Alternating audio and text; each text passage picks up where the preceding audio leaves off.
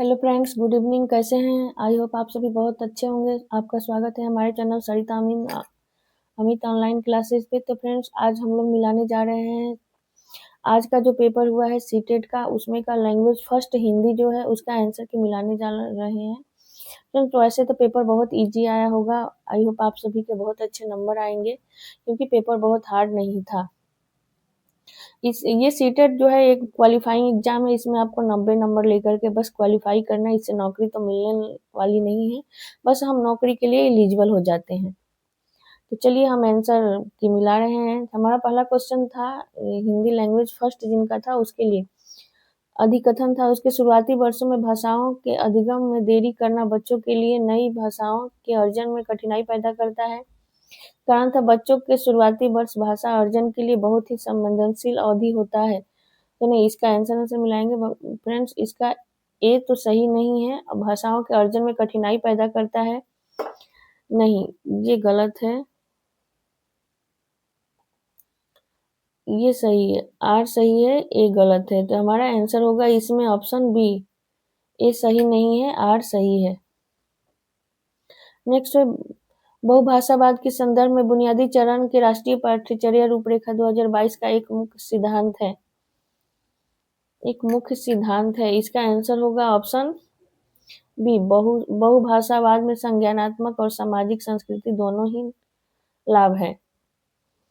Next है 93 number था कुछ वाक समुदायों में एक ही भाषा के विविध प्रकार साथ साथ विद्यमान है। सभी प्रकार के सामाजिक कार्यों की विशिष्ट श्रृंखला है। इस स्थिति में किस रूप में वर्णित किया जाएगा?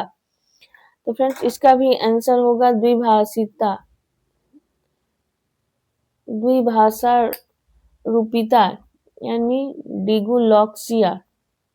तो फ्रेंड्स, इसका सभी का आंसर जो है बी बी आ रहा है। तो इससे घबराने वाली कोई बात नहीं है क्योंकि आंसर जो है 100% राइट है। बच्चे अपने अपने जोड़ीदार के साथ कार्य करते हैं। एक पाठ सामग्री के 2 खंडों में विभाजित किया जाता है। एक बालक अपनी पाठ सामग्री अपने जोड़ीदार को पढ़कर सुनाता है और दूसरा बालक उसे सुनकर लिखता है। फिर दोनों सूची पाठ सामग्री पर कार्य करते हैं। इस गतिविधि को क्या कहेंगे? तो फ्रेंड्स, इस गतिविधि को हम कहेंगे जारी रखने वाला श्रुति लेख या रनिंग डिक्टेशन। नेक्स्ट क्वेश्चन है निम्नलिखित में से कौन सा भाषा की कक्षा में साहित्यिक पाठ सामग्री के अध्ययन के बारे में सही नहीं है? तो फ्रेंड्स, यहाँ सही नहीं है, इसको आप लोग खासकर ध्यान रखिएगा। तो यहाँ पे हमारा आंसर होगा 4। साहित्यिक पठन सामग्री का प्रयोग व्याकरण शिक्षण के लिए सही नहीं है।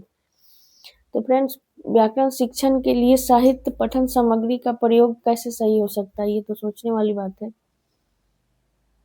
इसका आंसर ये होगा, इसमें साहित्यिक पाठ सामग्री भाषा अधिगम की संस्कृति निवेश से सही है। साहित्यिक पाठ सामग्री समालोचनात्मक चिंतन और विमर्श विकसित करती है। साहित्यिक पठन सामग्री सारा आनंद के लिए है। फ्रेंड्स, तीनों सही है, ये बस सही नहीं है।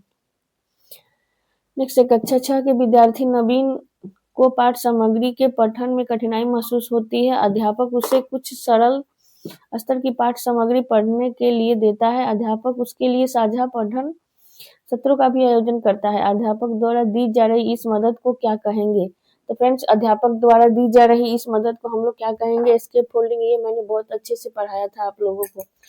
तो जिनका कल एग्जाम है वो जाकर के हमारे चैनल पर इसका बहुत अच्छे से समझा रखा है। साइकिल का एग्जाम्पल दे करके उसे जरूर देखिएगा। 96 अब हमारा 97 है। भाषा शिक्षण का कौन सा उपागम इस मत में विश्वास रखता है कि भाषा एक आदत है? भाषा एक आदत है। तो यहाँ पे प्राकृतिक उपागम,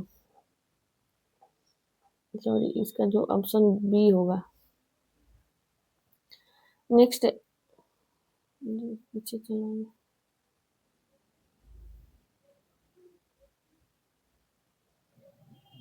भाषा 2 जिनका है वो है, अरे फ्रेंड्स कहाँ चला गया?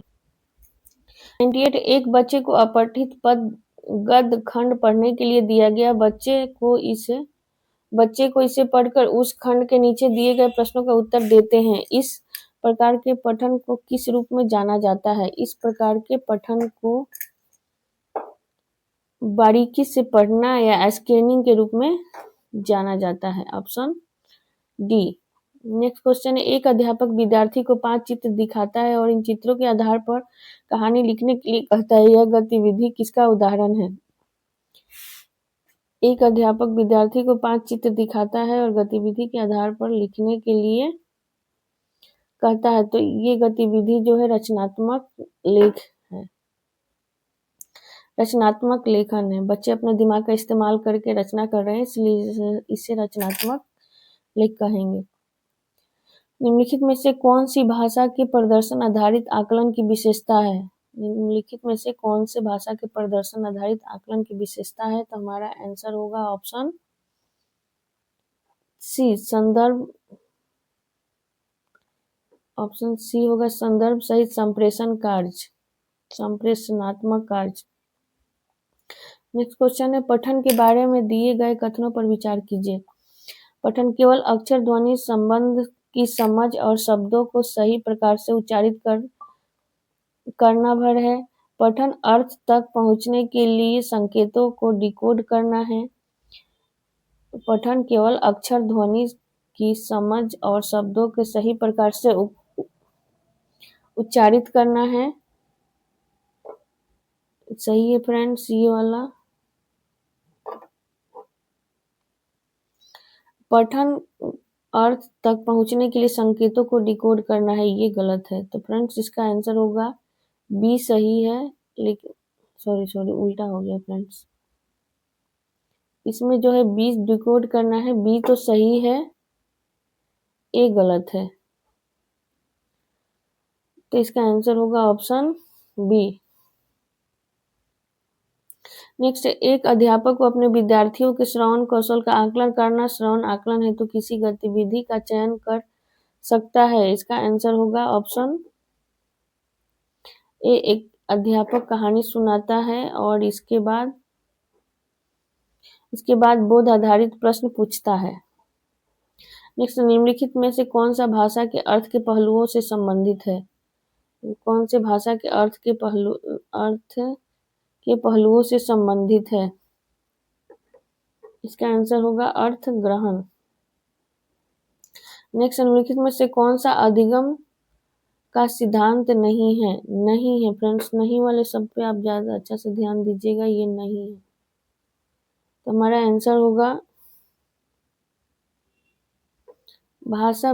भाषा व्याकरण की संरचना नियमों के कंठस्थीकरण के मध्य से सीखी जाती है। नेक्स्ट क्वेश्चन है, कक्षा 6 का एक अध्यापक श्याम पट के बिल्कुल मध्य में एक शब्द लिखता है और विद्यार्थियों से उन सभी शब्दों के बारे में सोचने विचारने के लिए कहता है जो मध्य में लिखे इस शब्द से संबंधित है। इस गतिविधि का मुख्य उद्देश्य क्या है? इस गतिविधि का मुख्य उद्देश्य है शिक्षार्थियों की शब्द संपदा में सुधार करना। 1 नंबर फ्रेंड्स इसका आंसर होगा। अब चलिए, एक पदांश दिया हुआ है, कविता का लाइन दिया हुआ है, उससे संबंधित प्रश्न है, तो हम लोग सिर्फ आंसर करेंगे। छा रहा चतुर्दिक विकट भूम का आशय क्या है? छा रहा चतुर्दिक विकट भूम का आशय है चारों दिशाओं में भयंकर धुआं। नेक्स्ट है, बचाओ त्राण कहाँ है? बचाओ त्राण कहाँ है? इसका आंसर है शेष बचे भोगों में। नागों का गुण नहीं है, नागों का गुण नहीं है घुमक्कर होना। पदांश के आधार पर पूछ रहा है, इसलिए यहाँ घुमक्कर होना होगा। नेक्स्ट है, भिन्न शब्द चुनिए। कोमलता, दानवता और मानवता ये सारे विशेषण है, तार लगा हुआ है, और लेकिन कुटिल जो है वो अलग है।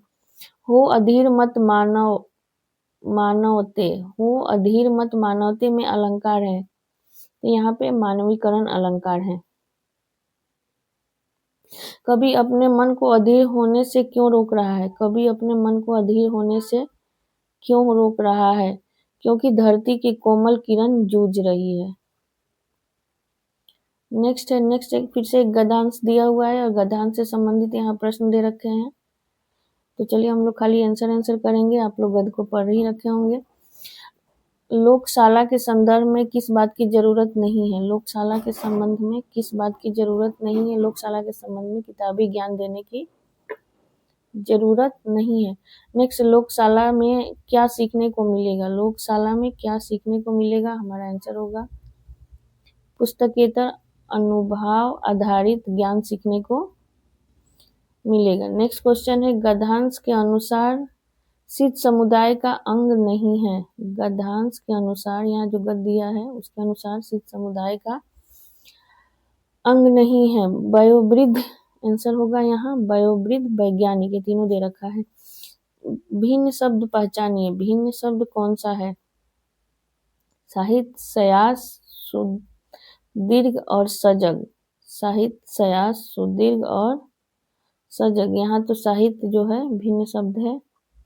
नेक्स्ट है, कुदरती संसाधनों का उपयोग की मर्यादा का आशय है। कुदरती संसाधनों के उपयोग की मर्यादा का आशय है। यहाँ आंसर होगा 3 नंबर, आवश्यक होने पर कुदरती संसाधनों का उपयोग। लोकोमुखी का सही संधि विच्छेद है। लोकोमुखी का संधि विच्छेद है लोक धन उन्मुखी।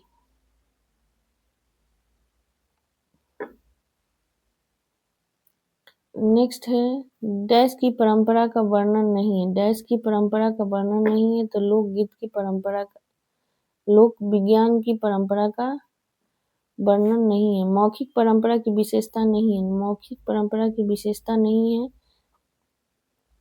शिक्षा का कंठस्थ होना। नेक्स्ट है, लोकशाला के लिए उचित वक्तव्य है। लोकशाला के लिए उचित वक्तव्य है वह स्वावलंबी एवं निःशुल्क शिक्षा देती है। तो फ्रेंड्स थैंक यू, इतना ही। ये आंसर आपने मिला लिया होगा। ऐसे ही और आंसर मिलाने के लिए हमारे चैनल सरिता अमित ऑनलाइन क्लासेस को सब्सक्राइब करें।